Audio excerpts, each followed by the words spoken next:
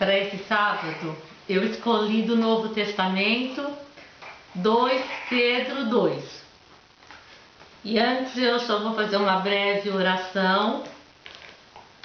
Amado Pai Celestial, que o Senhor me guie em cada palavra que eu disser. Em nome do seu Filho, Jesus Cristo. Amém.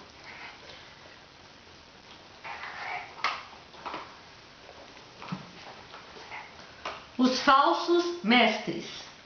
E também houve entre o povo falsos profetas, como entre vós haverá também falsos doutores, que introduzirão encobertamente heresias de perdição, e negarão o Senhor que os resgatou, trazendo sobre si mesmos repentina perdição.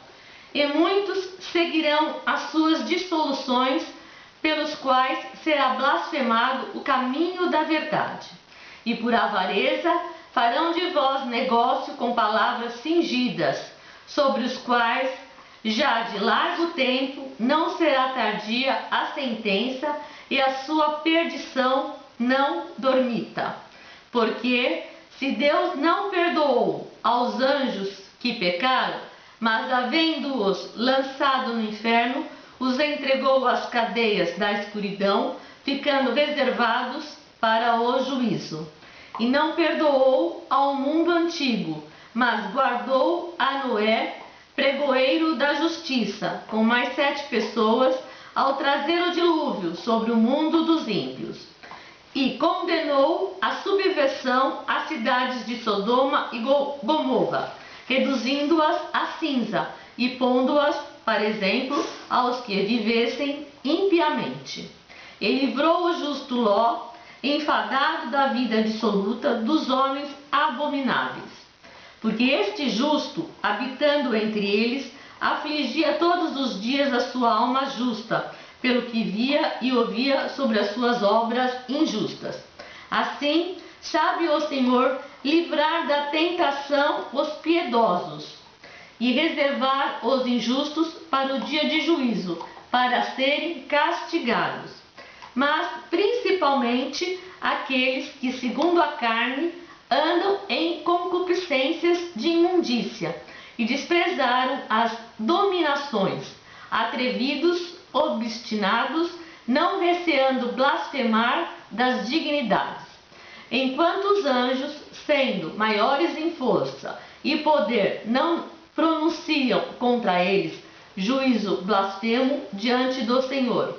Mas estes, como animais irracionais que seguem a natureza, feitos para serem presos e mortos, blasfemando do que não entende, perecerão na sua corrupção, recebendo o galardão da injustiça, pois que tais homens têm prazer nos deleites cotidianos, nódoas são eles e máculas, deleitando-se em seus enganos, quando se banqueteiam convosco, tendo os olhos cheios de adultério e não cessando de pecar, engodando as almas inconstantes, tendo o coração exercitado na avareza, filhos de maldição, os quais, deixando o caminho direito, erraram seguindo o caminho de Balaão, filho de Bosor, que amou o prêmio da injustiça, mas teve a repreensão da sua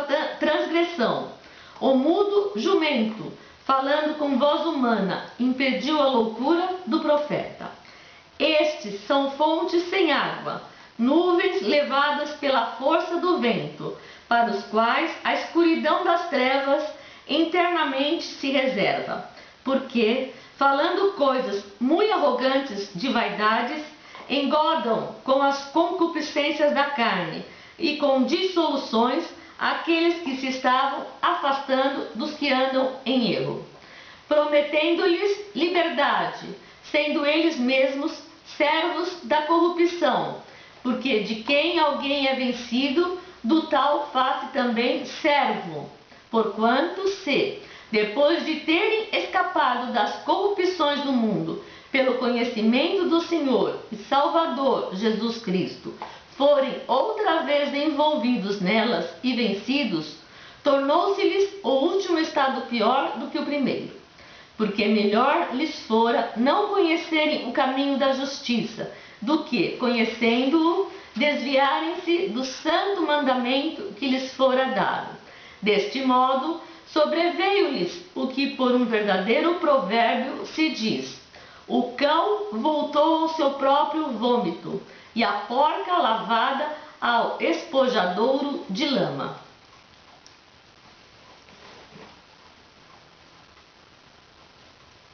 Esse trecho do Novo Mandamento, 2 Pedro 2, fala bem dos homens que se perdem, os homens que são guiados pelas trevas, pela escuridão. Nós, brasileiros, estamos presenciando os nossos políticos que comandaram por tantos anos esse país e levaram-no à bancarrota, ou seja, ao fundo do poço. Nós estamos vendo muito roubo. Muitos brasileiros foram prejudicados com tudo que esses políticos fizeram, comandados pelo diabo, por Satã. Só pensaram neles mesmos, roubaram muito o nosso país. Levaram muitas pessoas ao sofrimento, à morte, porque hoje, se o Brasil não estivesse na mão do diabo, se o Brasil não tivesse sofrido tantos abalos financeiros, hoje poderia ser uma grande nação e os brasileiros poderiam estar bem.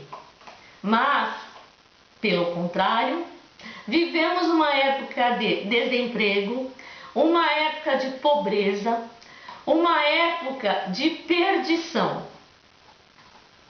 É necessário que os políticos desocupem o seu cargo.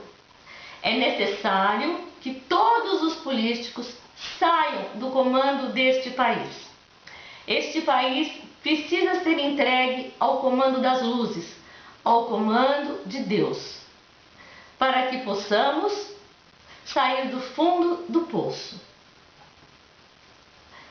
É preciso que todos os brasileiros entendam que não há nenhum sequer que deva ter mais regalias que o outro.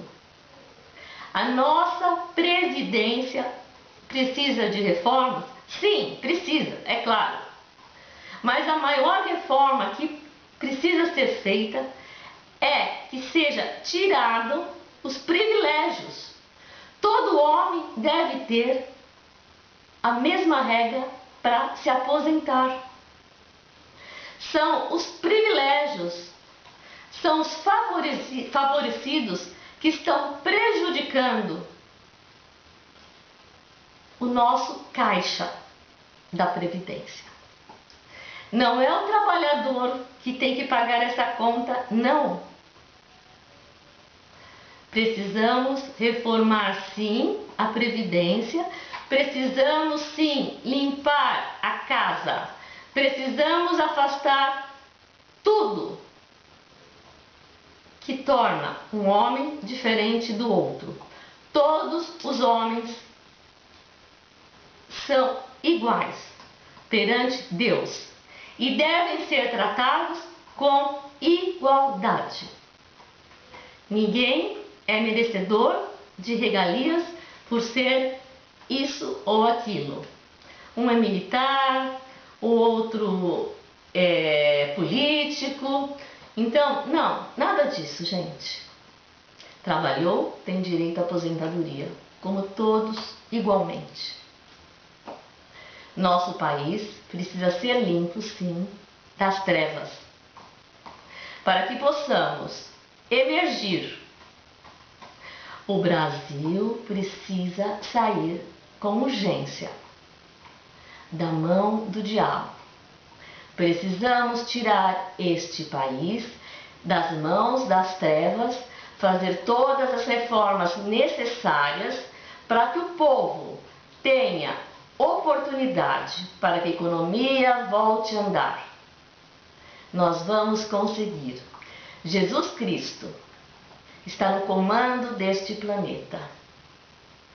Jesus Cristo deixou o Espírito Santo para que nós, homens, possamos utilizá-lo contra o poder do diabo. Eu desejo muita luz, eu desejo que a Bíblia seja lida, estudada, entendida e aplicada. Porque aqui está a palavra de Deus. Aqui está o que cada um de nós deve seguir.